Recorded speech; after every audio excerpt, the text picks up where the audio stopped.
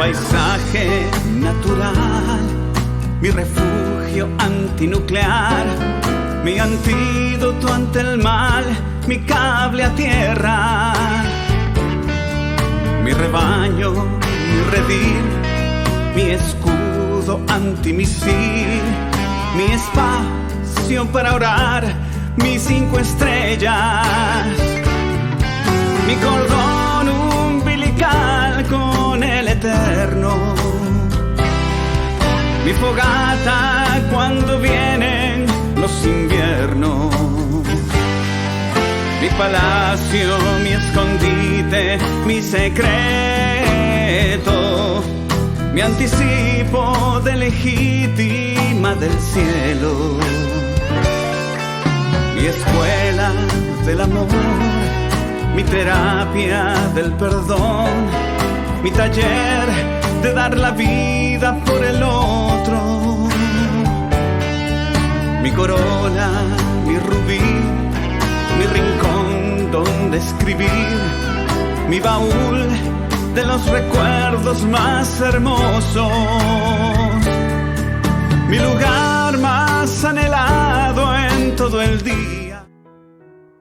¿Qué tal, amigos? ¿Cómo están? Mi nombre es Daniel Armas y conduzco Enclave Familia. Este es un espacio donde hablaremos de la familia, de las cosas que tiene que tener en cuenta todo padre de familia y toda persona que ame la familia. No nos olvidemos que la familia es el ancla referente de las personas, la base de la sociedad.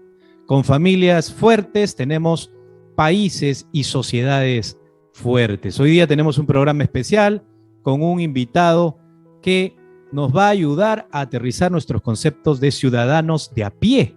Tenemos a un político reconocido, él es Jorge Villena, y vamos a dar una pequeña reseña de él. Él es ingeniero agrónomo de la Universidad Nacional Agraria de La Molina, tiene un MBA por la Universidad San Ignacio de Loyola, un diploma en teoría política y gestión política de la Organización Democrática Cristiana de América en Chile, y también un diploma en liderazgo en gobiernos locales por la Universidad Menéndez Pelayo de España, también un diploma en innovación en gobierno de la Universidad de Georgetown en Estados Unidos.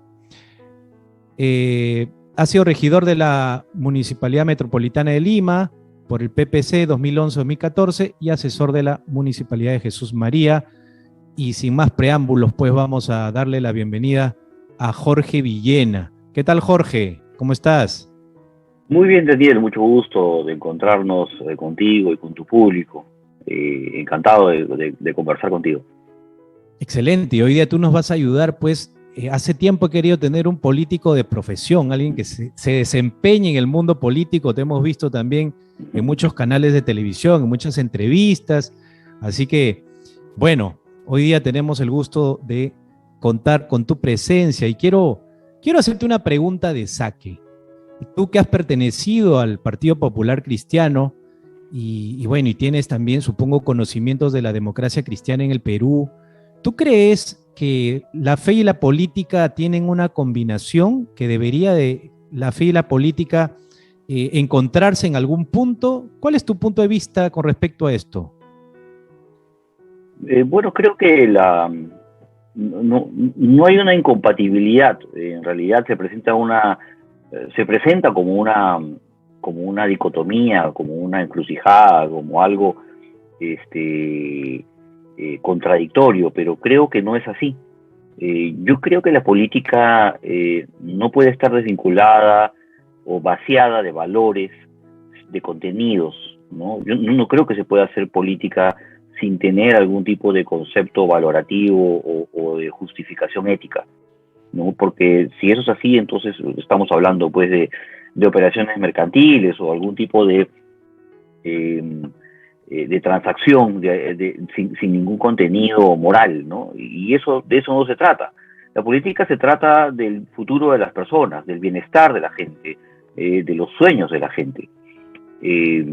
Puede sonar muy romántico lo que digo, pero finalmente lo que queremos hacer o lo que quieren hacer las personas que participan en política es preocuparse por su familia, por su futuro, por sus hijos, por su país, por los suyos. que es algo absolutamente legítimo, ¿no? O sea, no estamos hablando de un criterio,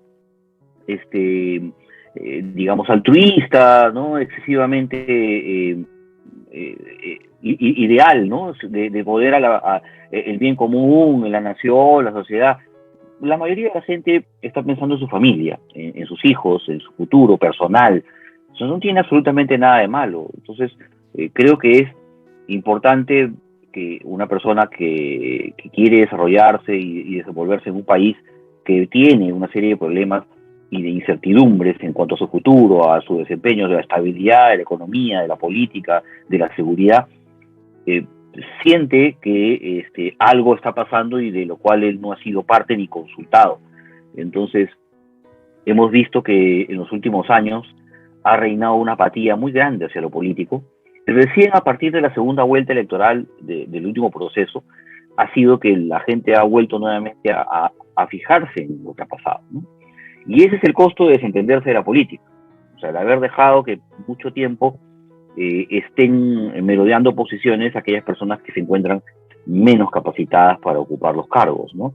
Yo creo que debe haber cierto contenido moral y ético que debe trasladarse a la política, porque finalmente la función o la labor de un cristiano es procurar la sociedad del amor, ¿no?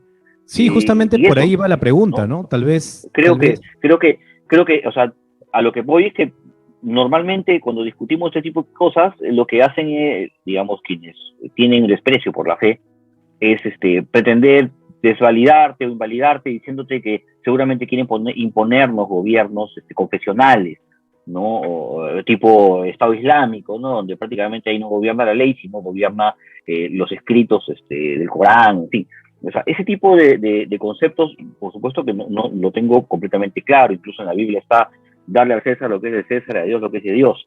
Una cosa es el gobierno de los hombres y otra cosa es el tema espiritual, el tema religioso, de fe. Pero sí creo que las personas que compartimos una fe católica, que es la mayoritaria en nuestro país, y que es una de las pocas cosas que nos es común a lo largo y ancho de todo el Perú. Tenemos muchas diferencias y en buena hora. El Perú es un país mega diverso, tenemos distintos pisos ecológicos, tenemos distintos climas, distintas latitudes, distintas costumbres, pero en el fondo una de las pocas cosas, además de la comida, las tradiciones, una es la fe católica, que es algo que nos es común a todos los peruanos. Y creo que hay mucha carga de eso, y es inevitable que gente que comparte ciertas raíces, digamos, éticas, no traslade eso hacia la sociedad, porque finalmente hasta la tradición y la costumbre son fuentes de derecho.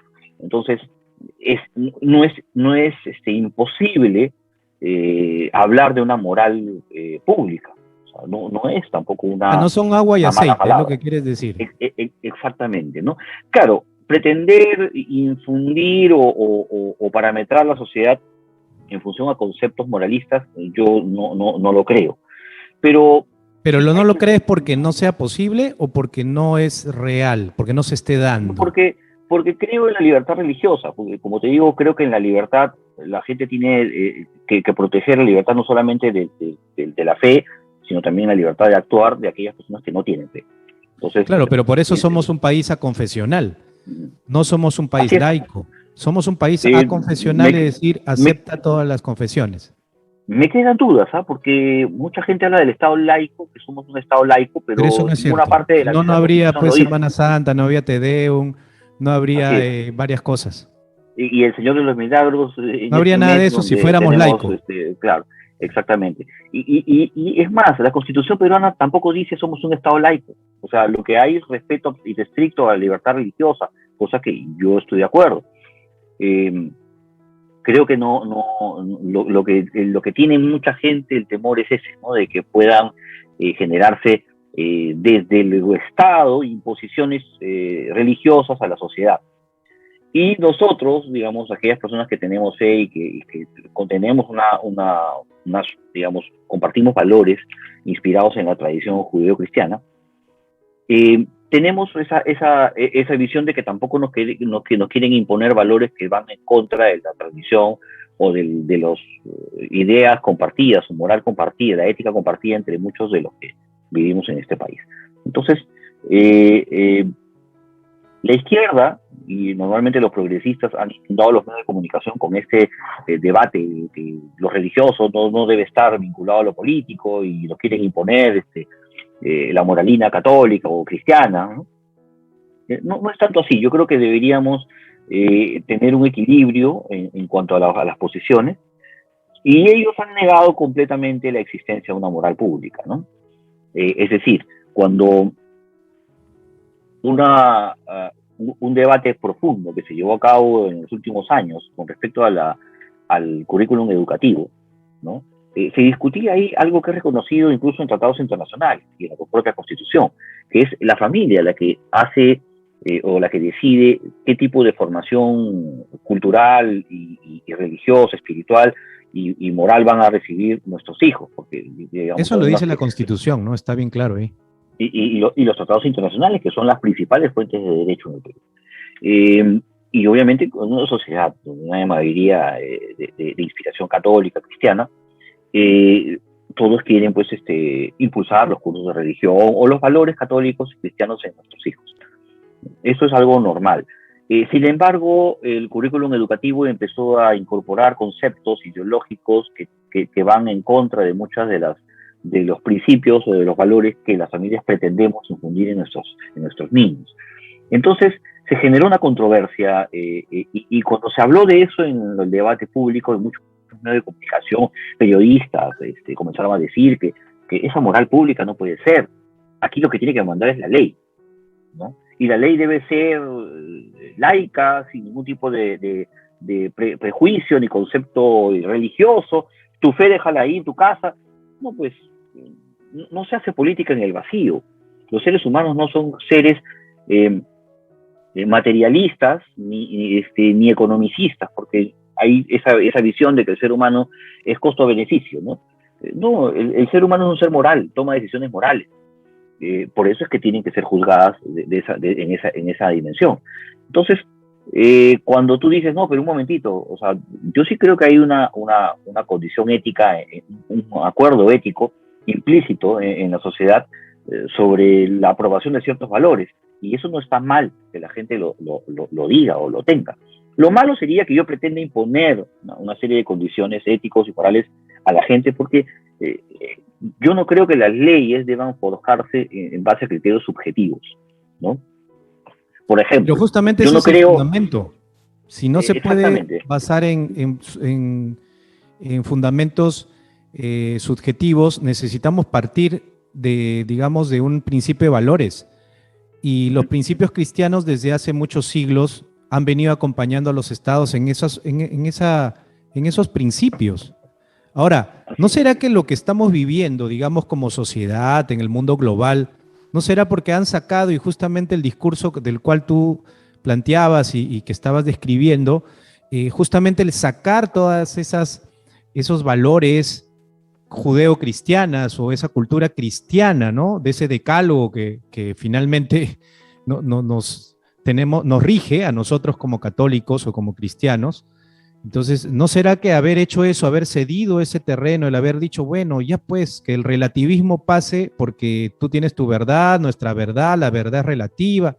¿No será eso? ¿No será que en el fondo nos hemos dejado ganar espacios? Ahora, ¿por qué te lo pregunto? Tú has pertenecido al PPC, ¿no? Partido Popular Cristiano. Entonces, supongo que tus bases doctrinales, ideológicas, tienen que ver, o a no ser que sea solo de nombre, y siempre le he querido preguntar a alguien de adentro del partido, ¿es así o eso ha sido solo nombre? ¿Cómo es eso? Explícame, Jorge, y explícanos a todos, y después vengo con una pregunta aterrizada a qué nos toca a nosotros como ciudadanos de a pie. Bueno, cuando existía el PPC, el fundamento importante era que no era un partido confesional, ¿no? Y defendía eso. Reconocía de que había una tradición católica y cristiana en nuestra sociedad, ¿no? Y los valores cristianos provienen de la doctrina social de la Iglesia Católica, ¿no? Que son, digamos, un conjunto resumido, articulado, ordenado, organizado, esquematizado de los principios fundamentales del cristianismo. Entonces, no es un plan de gobierno, no es una hoja de ruta, sino que son simples conceptos, o sea, conceptos invariables, y conceptos que no son relativos, es decir, son conceptos absolutos que deberían primar en todo orden de cosas y en todo tiempo y circunstancia. Por eso que se llaman principios y valores que no se modifican en el tiempo. Por ejemplo, el tema del bien común, el concepto de bien común, el concepto de la dignidad de la persona humana, el concepto de la solidaridad y el concepto de la subsidiariedad, que son los 4 conceptos pilares de la doctrina social de la Iglesia. Y, digamos, de ahí se desarrollan una serie de contenidos, pero en sustancia son esos 4 los pilares del pensamiento social cristiano, que como comprenderás, no es un ideario, no es el Capital de Carlos Marx, no es el decálogo del manifiesto comunista, de que hay que tomar la propiedad privada, ¿no? O sea, se dice, esos son los 4 conceptos. Aprende a aplicarlos en cualquier realidad, en cualquier circunstancia, en cualquier ámbito y en cualquier tipo de comunidad, porque son principios que no van a variar. O sea, a eso me refiero, ¿no? Y creo que eso es algo importante que hay que rescatar. De repente eso es lo que marca la diferencia de un conservador de un progresista, ¿no? Ahora, el conservador defiende aquellos conceptos que consideramos que son invariables en el tiempo. O sea, ser honesto no es un concepto relativo, es un concepto absoluto. O sea, nadie es medio honesto, ¿no? Es como estar vivo, ¿no? Estar vivo es un concepto absoluto, la vida es un concepto absoluto, no admite relativos. Puedes estar vivo o muerto, no hay intermedios. Quizás enfermo, no sé, lo que sea, pero, digamos, no hay términos relativos sobre eso. Ser puntual, ser responsable, es también, son valores que caracterizan a la gente que mantiene ciertas características, ciertas conductas, ¿no? Entonces, no es posible pues, que tú seas honrado en la mañana y deshonrado en la noche. Eso no es pues, ser honrado, ¿no? A eso voy. Entonces, decir que este tipo de cosas deberían mantenerse, deberían difundirse, deberían protegerse, deberían cuidarse y valorarse y conservarse, eso es la esencia de un pensamiento conservador, ¿no? En el buen sentido, explicado resumidamente de esta forma, ¿no? Para algunos piensan, pues, conservador es el demonio y lo que quieren vender la propaganda zurda, pero en el fondo es eso, que consideramos que hay valores, situaciones y cosas que hay que mantener en el tiempo. Todo lo demás hay que cambiarlo, o sea, si hay cosas que corregir, se tienen que hacer, pero conservar el status quo, la situación de injusticia, de pobreza, eso no, para nada. Yo creo que hay que combatirlo y hay que transformarlo. Hay que transformarlo con bases objetivas, hay que transformarlo con ciencia, hay que transformarlo con inteligencia, con conocimiento. Los problemas tienen que evaluarse en todas sus dimensiones, no solamente los aspectos económicos, sino también los aspectos sociales, en fin, o sea, los problemas tienen distintos ámbitos. El problema de las ideologías es ese, que quieren resolver todo desde o sea, es un punto de vista y a partir de ese punto de vista quieren resolver el todo, ¿no? Ese es el enfoque ideológico, ¿no?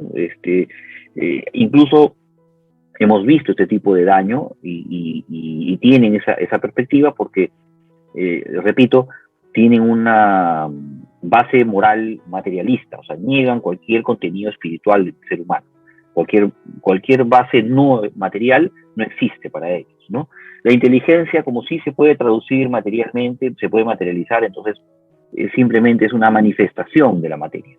Entonces, el materialismo que existe y que es el concepto filosófico que abrazan todas las ideologías materialistas, empezando por la marxista, que es la que origina todo este pensamiento de izquierda, tiene este tipo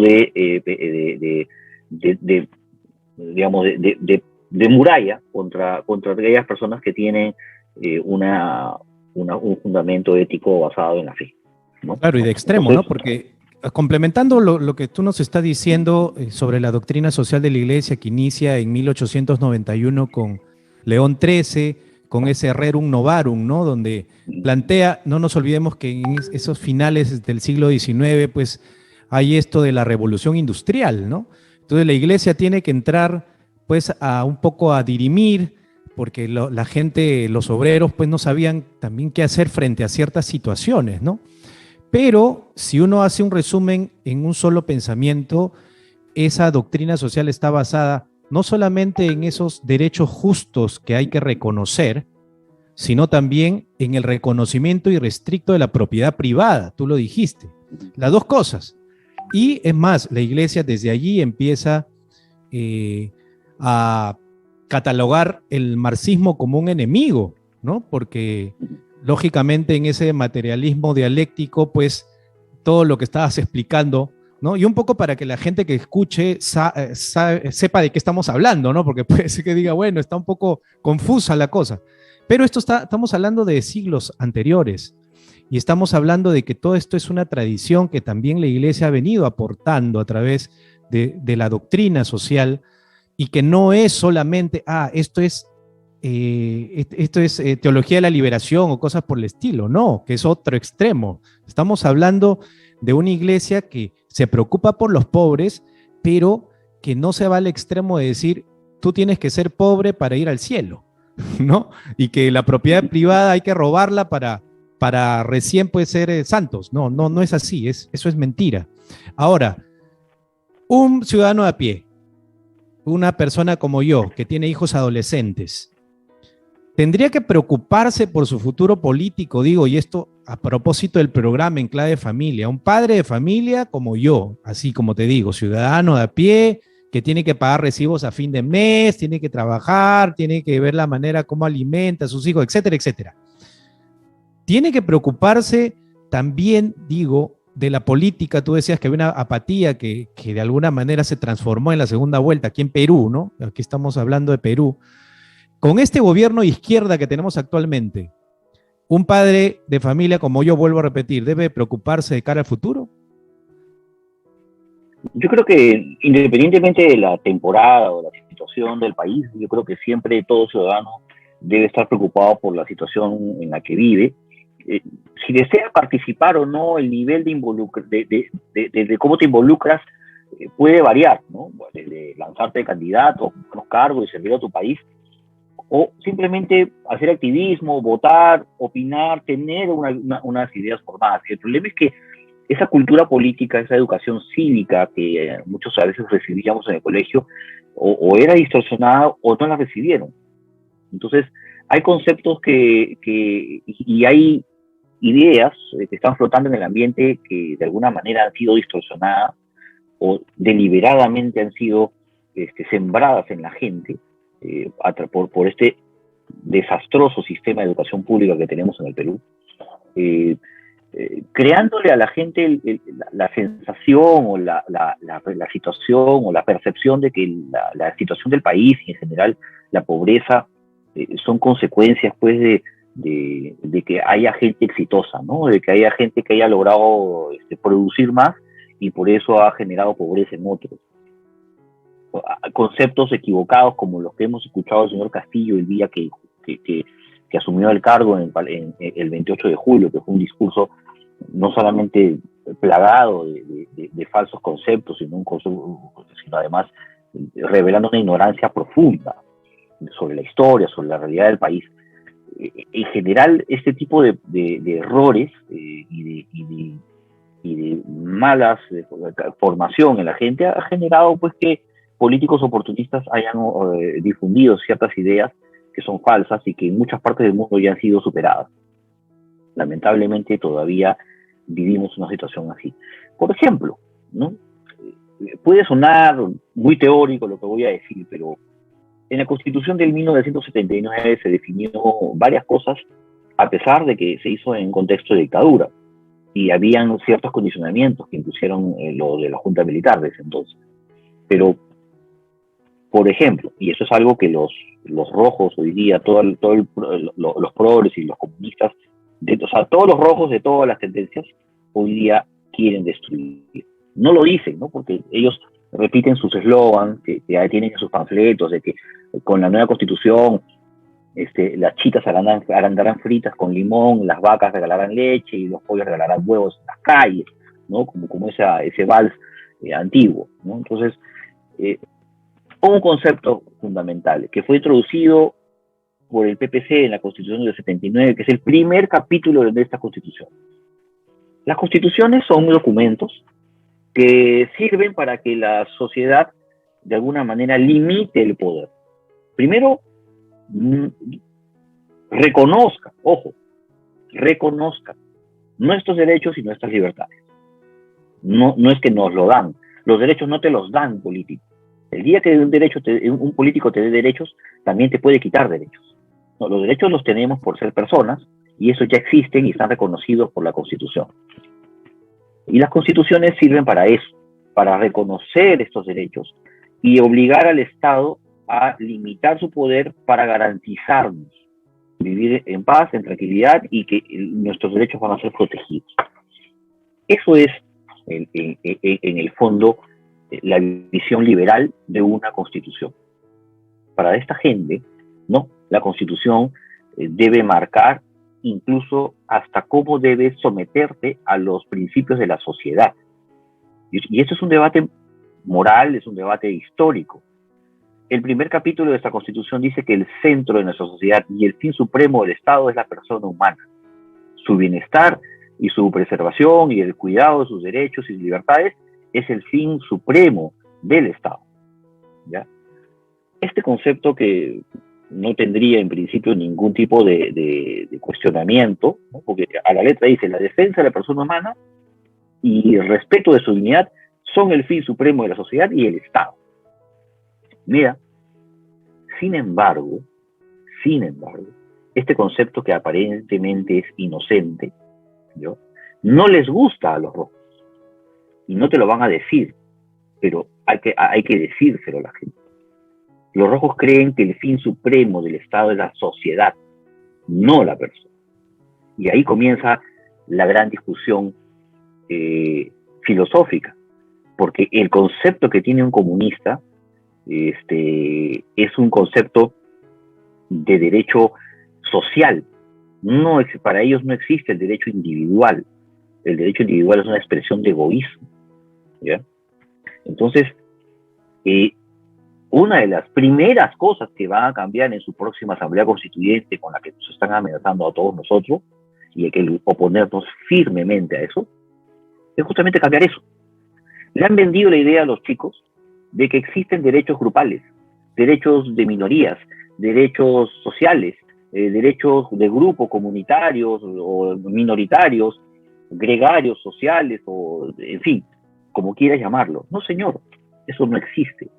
Lo que existen son derechos de las personas, porque son las personas los sujetos de derecho.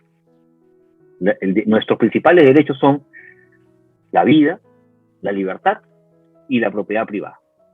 De ahí pueden derivar todos los demás derechos y libertades, de ahí derivan de esos tres principios fundamentales, ¿ya? Y la salud, la educación, la seguridad son servicios públicos por los cuales nosotros pagamos impuestos para recibir ese tipo de servicios. O por último, para que se lo den a quienes no tienen la capacidad de producir suficiente para tenerlos de manera individual. Has dicho algo importante, ¿eh? Has dicho algo importante. Me parece, coincidimos en eso, es más, con un grupo de amigos pensamos que el cambio de la Constitución tiene que ver con eso. A nosotros, que somos católicos comprometidos, nos va a afectar directamente un cambio en ese artículo, en esos incisos que hablan de la persona humana y sus derechos irrestrictos. Ahora, claro, eso digamos es lo que está, digamos, ellos, los comunistas, están envolviendo en un papel de regalo y solamente centrándose en el capítulo económico. Pero lo más probable es que se apruebe el aborto desde ahí y se apruebe el matrimonio entre personas del mismo sexo desde ahí. Porque no nos olvidemos que en el artículo 2 y los siguientes artículos también, no solamente los derechos del no nacido, ¿no?, con todo lo que supone, que se supone, desde ahí ya de saque nuestra Constitución protege la vida, ¿no? La vida del no nacido, pero que ya es un ser humano, lo que tú hablabas, derecho a la vida. el tema del derecho también a la propiedad, que tiene que ver con lo que tú con tu trabajo puedes haber conseguido, ¿no? O sea, yo ¿por qué te lo tendría que quitar o por qué tendría que tener envidia si Jorge Villena pues tiene un carro, tiene una casa o tiene un espacio, etcétera, etcétera? Eso es robar. O sea, en realidad, ese disfrazar los conceptos es lo que creo que como nosotros, como padres de familia, como ciudadanos de a pie, tenemos que estar alertas. Ahora, también hay un problema. El problema es que estas cosas no se conversan. Yo te hablo también como un ciudadano de a pie, pero estas cosas, las personas comunes y corrientes están pensando tal vez en cómo salvar su mes, ¿no? No están pensando en la Constitución o qué cosas van a ayudarlo en el futuro, no. O qué cosas, o sea, lo que te venden en la televisión y tal vez los conceptos resumidos, pero tirados para el lado del progresismo, que también son armas de doble filo. Entonces, ¿cómo tú hablabas hace un rato, cada uno elige, ¿no? Pero tú, ¿qué consejo le darías a alguien que no necesariamente está como candidato, que tiene una vida política activa? Tal vez, ¿qué consejo le darías? No sé. Es que esta falta de claridad en los conceptos es lo que precisamente aprovechan la izquierda, que, digamos, tiene muchas fallas, todo lo que tú quieras, pero ideológicamente están bien entrenados, ¿ya? Y tienen sus conceptos programáticos, dogmáticos, ideológicos bastante claramente definidos. Sin embargo, de este lado no. Hay poca gente leída, instruida, capacitada en los temas sustantivos. Pueden tener cartones profesionales, lo que tú quieras, pero las cuestiones de gobierno no son solamente pues entrar a una institución, un ministerio, un municipio, lo que sea, y administrar recursos. Se gobiernan personas, no se gobiernan cosas. Entonces, las personas tienen, vienen con todo, vienen con valores, vienen con prejuicios, vienen con malas conductas que hay que corregir, en fin. Y todo eso implica ciencia, hay que entenderlo. Entonces, ¿tú cómo entiendes a la sociedad si ni siquiera comprendes la naturaleza del ser humano, que es el principal componente de la sociedad? Entonces, hacer política implica de alguna manera una antropología profunda para poder entender cómo es la naturaleza de las personas a las cuales voy a gobernar. De eso trata. Entonces, cuando consideramos que es un viejo debate histórico, este debate filosófico entre lo colectivo y lo individual, no es nuevo. O sea, esto tiene toda la vida. Entonces, cuando le dicen a los jóvenes en las universidades de que existen estos derechos minoritarios y la gente los asume como algo normal y bien, qué bacán, porque del otro lado no hay nadie que le diga un momentito, eso no es así, ¿no? Nadie lo difunde y lo aclara los conceptos. Nadie lo refuta, nadie lo argumenta del otro lado. Creen que el aborto es un derecho, ¿no? O sea, les han dicho eso, ¿no? Y que existe ahora el derecho al agua potable, derecho al internet gratis. O sea, ya hay una cuestión, vota por mí que yo te voy a dar ese derecho. Los políticos no dan derechos, señores, jóvenes, no dan derechos. Y el día que tú aceptas, y ahí viene el gran error, el día que tú aceptas, y ese error lo cometen muchos políticos no izquierdistas, o sea, mucha gente de derecha que tiene una mala formación política o conceptual, asumen también que existen estos derechos grupales. El día que tú reconoces que existen derechos grupales, o comunitarios, o minoritarios, o de colectivos, ese día van a poner ese derecho por encima del individual. Y ahí comienza la tiranía. Uh-huh. Así comienzan las tiranías. Porque en nombre de la sociedad, y en nombre de estas minorías, o en nombre de estos grupos, te sacrifican a ti. Y la minoría más indefensa de todas es justamente la persona, el individuo. Entonces, hay que tener esos conceptos claros. No permitir, la única minoría a la que yo defiendo es al individuo, a la persona, que es la más indefensa de todas. El resto son discursos ideológicos que han servido para captar poder y votos, ¿no? Claro, tiene sentido lo que dice Jorge, gracias por esa claridad, porque también, y aquí nos está quedando súper claro, ¿no? El hecho de que si ese derecho que podemos dar a la comunidad después se vuelve tiranía, claro, si tú dices, esta persona va a tener problemas a la hora de nacer, entonces lo matamos, pues. O sabes que ya no nos conviene que haya ciegos en la sociedad porque también son una carga. O los ancianos también son una carga, un costo social muy grande, también los matamos. O sea, empezamos a o sea, la gente, los vivos, es más, una de las cosas que, que hace que yo no esté de acuerdo con el aborto, por ejemplo, es eso. Yo también creo que ningún político debe decidir quién vive y quién no. Porque justamente con lo que tú decías, ¿no? Ahora, yo digo, los vivos vamos, los que estamos vivos ya en la tierra, vamos a decidir quién vive y quién no, quién es bueno, quién es malo, quién debería hablar, quién no debería hablar, o sea, vamos a tomar, y justamente lo que tú decías como concepto que está constitucional, me da la impresión, coincido contigo, y ojalá que muchos políticos coincidan contigo también, tú que estás, digamos, en el ambiente político, de que lo primero que van a cambiar es eso. Tú lo estás confirmando, yo no me he puesto de acuerdo contigo hoy día para hablar de esto. Porque de esos conceptos de definición del ser humano va a partir todo lo demás. O sea, ¿de qué está compuesta la sociedad? De personas.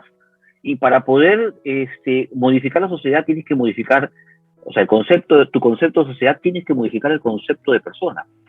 Por eso que es importante que aquellas personas que tienen una formación cristiana, católica, defiendan el concepto cristiano del hombre, ¿no? Es decir, la defensa de sus libertades, de sus derechos, y incluso de la capacidad que tiene para equivocarse, independientemente de la fe que tenga. Esa es la situación real. Nosotros los cristianos podemos admitir vivir con gente que no tiene ni profesa nuestra fe, incluso hasta nos combate, nos ataca, ¿ya? Ellos no quieren fe, ellos no quieren incluso convivir con alguien que piense diferente. Esa es la diferencia entre ellos y nosotros. Entonces, esa situación es la que tenemos que tener claro. Y claro, las grandes constituciones en el mundo fueron escritas por 3, 4 personas. Thomas Jefferson escribió la Constitución de Estados Unidos, que es la única que tienen hace 200 años, ¿no? Y ha funcionado muy bien, ¿no? Nosotros, pues, cada vez que queremos modificar la Constitución, traemos a los peores, ¿ya? Y a esos les entregamos el concepto, definir los conceptos sociales y políticos más importantes de nuestra sociedad. Tú te imaginas una constitución redactada por Bellidos, Bermejos, Pinturitas, Cerrones, ¿no? Castillos. ¿Te imaginas el mamarracho que va a salir de ahí? Discúlpeme, de repente va a decir que estoy siendo discriminador, pero sí, yo discrimino a esa gente que pretende que sin tener el mayor concepto acertado acerca de lo social y lo político, y sobre todo de lo humano, tenga en sus manos la posibilidad de modificar profundamente nuestra sociedad y las bases que forman nuestra defensa y reconocimiento de nuestros derechos y libertades. Yo, por supuesto que me voy a oponer a eso y lo haré con toda la energía posible.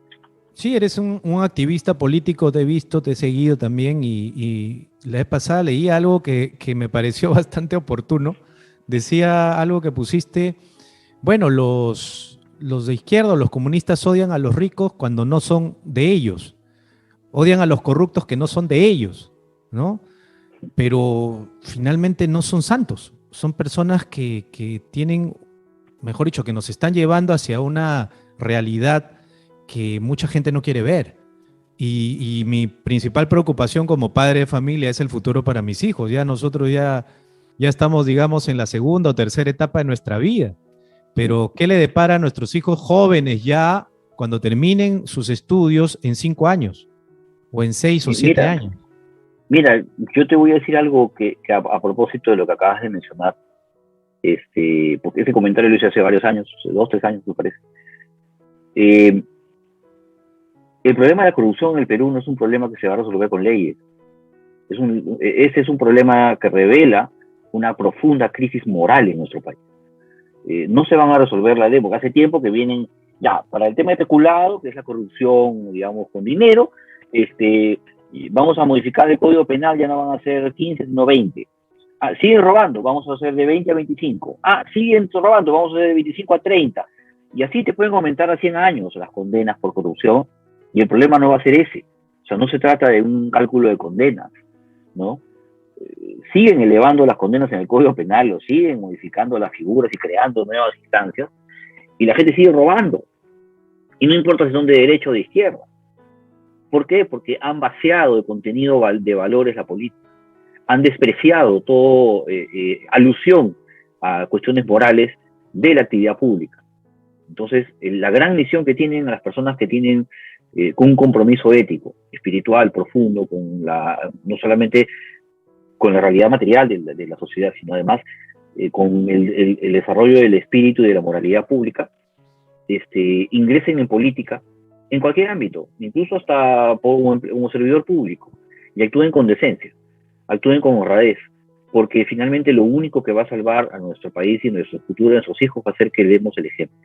El ejemplo va a ser lo único que va a servir más que cualquier ley que puedan crear en el Congreso para evitar estos actos de corrupción. No hay ley que acabe con este tipo de cosas. Lo que hay que hacer es preguntarnos a todos nosotros. Yo le pregunto a la gente que está y que siempre me dice, sí, que miren los políticos. Perfecto. Yo le doy a usted, ¿no? Una alcaldía con 100 millones de presupuesto, a ver qué hace. ¿Roba o no roba? O sea, pregúntate tú, ¿qué harías tú con 100 millones de presupuesto en una municipalidad o un gobierno regional? ¿Qué harías? ¿No? O sea, no me respondas. Hazte la pregunta, ¿no? Y ahí vas a darte cuenta el profundo daño moral que tenemos como sociedad, ¿no? O sea, se ponen a pensar, pucha, ¿no? Claro. Claro, una cosa es estar aquí, otra cosa es estar al otro lado. Exactamente. Entonces, tú no quieres que haya gente así en los gobiernos regionales que estén administrados por gente que no tiene ni siquiera las cualidades, no solamente profesionales y técnicas, sino las cualidades mínimas, morales, éticas en su vida personal, como para poder hacerse cargo de una situación o de una cantidad de recursos. Entonces participa en política.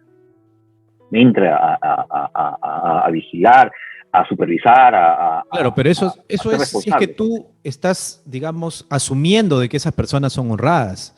Pero también hace un rato dijiste que el problema es más, digamos, más complejo que eso, ¿no? Porque las leyes no van a dejar de, digamos, de hacer que la gente sea corrupta cuando ya en su esencia lo es. Y por eso, y justamente el programa tiene algo que ver con eso, en Clave Familia tiene que ver con que en la familia se hacen los valores, se viven los valores. Allí se aprende a amar, se aprende a perdonar, se aprende a no robar, se aprende a ser generoso en la familia. Alguna vez me acuerdo en alguna escuela de padres haber dicho, a ver, señores, acá no tenemos que ser congresistas para tener un buen país. Aquí lo único que tenemos que hacer es ser buenos padres. Ser buenos padres significa dejar hacer país, hacer patria. De su casa, exactamente. El padre gobierna un hogar y de él dependen las personas, ¿no? Manuel Cloutier era un político mexicano que yo he seguido mucho. Él decía que la familia era la escuela del amor.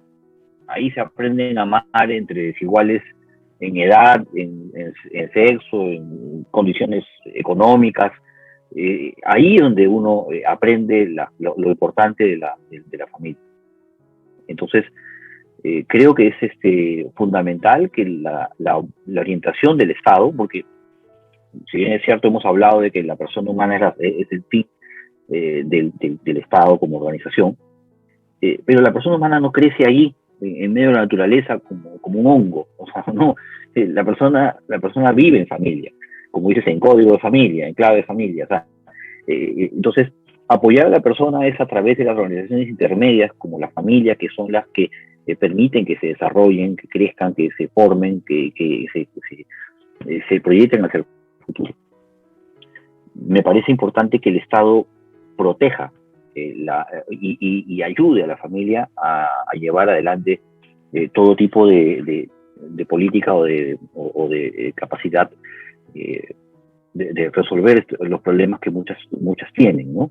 Incluso ahora que se está debatiendo la reforma tributaria, sería importante que las familias puedan también expresar o declarar sus ingresos de manera colectiva, ¿no? Y también sus gastos, porque no es lo mismo pues una familia de 3, 4 personas, ¿no? 2 padres, con 2, 3 hijos. A veces pues las familias no están completas, o a veces las familias son más amplias, hay abuelos, hay sobrinos, incluso falta un padre, una madre, o sucede como en muchas casas, que tienes hijos o parientes en casa con algún problema de salud, alguna limitación o condición, ¿no? De eso se habló mucho. Incluso el debate nacional en los últimos años, creo que fue con PPK a raíz de este currículum educativo, se centró en que el enfoque de género te iba a ayudar a evitar que le hagan bullying a los niños gays en el colegio, ¿no? Hasta ahora no hay ninguna cifra oficial que nos diga cuántos niños gays hay en el sistema educativo. O sea, estamos hablando de niños entre 5 y 16 años, ¿no?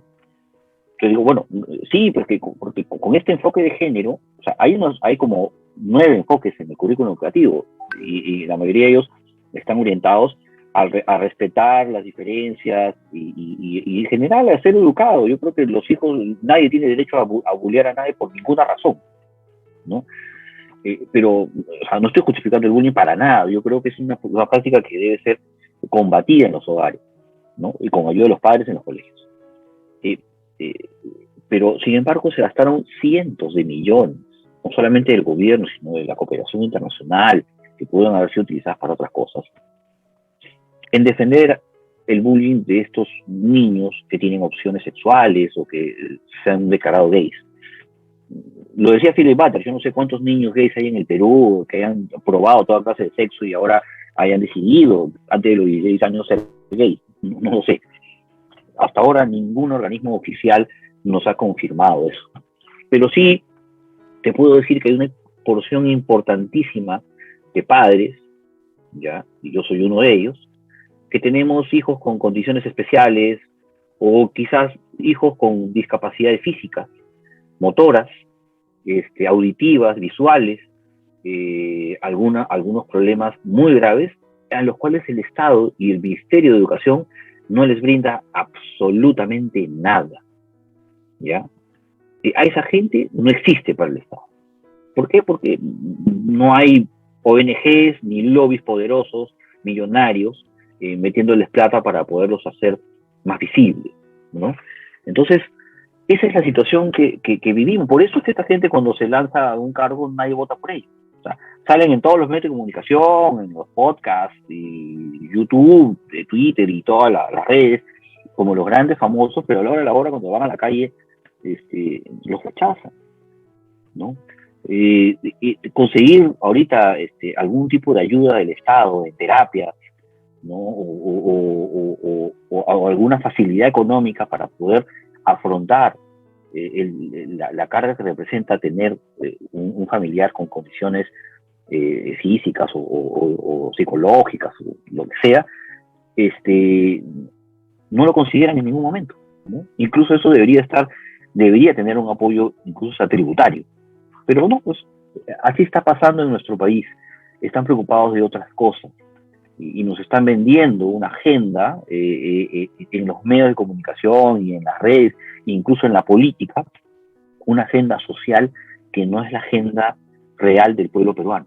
Por eso es que el pueblo peruano les ha dado la espalda y ha ido a votar contra ellos. Finalmente, las elecciones ya en el Perú hace mucho tiempo se usan para hacer justicia, ¿no? El peruano no vota, sino veta. Utiliza su voto para condenar o ajusticiar a esa frase, ¿eh? El peruano no vota, no veta. Así es. Entonces, bueno, me parece que esa situación nos debería, digamos, animar un poco a preguntarnos qué cosas es lo que vemos y por qué no podemos mejorar algunas cosas como sociedad. Y creo que es deber de los padres también informarnos un poquito más para poder transmitir conceptos mucho más claros a nuestros hijos, ¿no? Y para cerrar, mira, justamente estamos hablando de eso, de lo que el padre de familia tiene que infundir en sus hijos, esos valores, pero que también tendrían que ser acompañados, digamos, en el colegio a través de políticas, a través del Ministerio de Educación, ¿no? Que sean, pues, que vayan acorde con los valores, ¿no? Más básicos, para que cuando esa persona, ese niño sea adulto, pues los valores estén claros. Pero creo que buscan todo lo contrario. Buscan relativizar la educación y politizarla de tal manera con conveniencias globales, y bueno, este es un tema mucho más complejo también que ya no alcanzaría.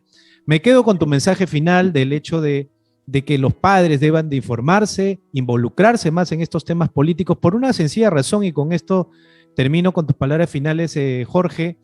Creo que si otros hacen las leyes, o sea, si nosotros permitimos que otros hagan las leyes siempre, y no ponemos a nuestros representantes o a alguien que nos represente realmente con nuestros valores, vamos a estar de peor en peor. O sea, esto no va a terminar nunca. ¿Cuál es tu mensaje final, Jorge, para terminar? Y gracias por el tiempo que nos has brindado. Bueno, creo que la interpelación de la fe es una inspiración muy grande para quien la sentimos con humildad y además con cariño.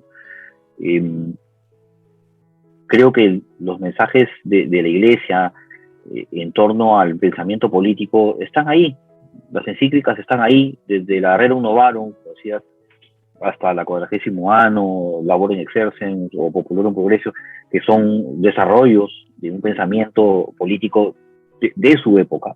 Incluso ya hay un material con un compendio de la doctrina que fue publicado con Ratzinger.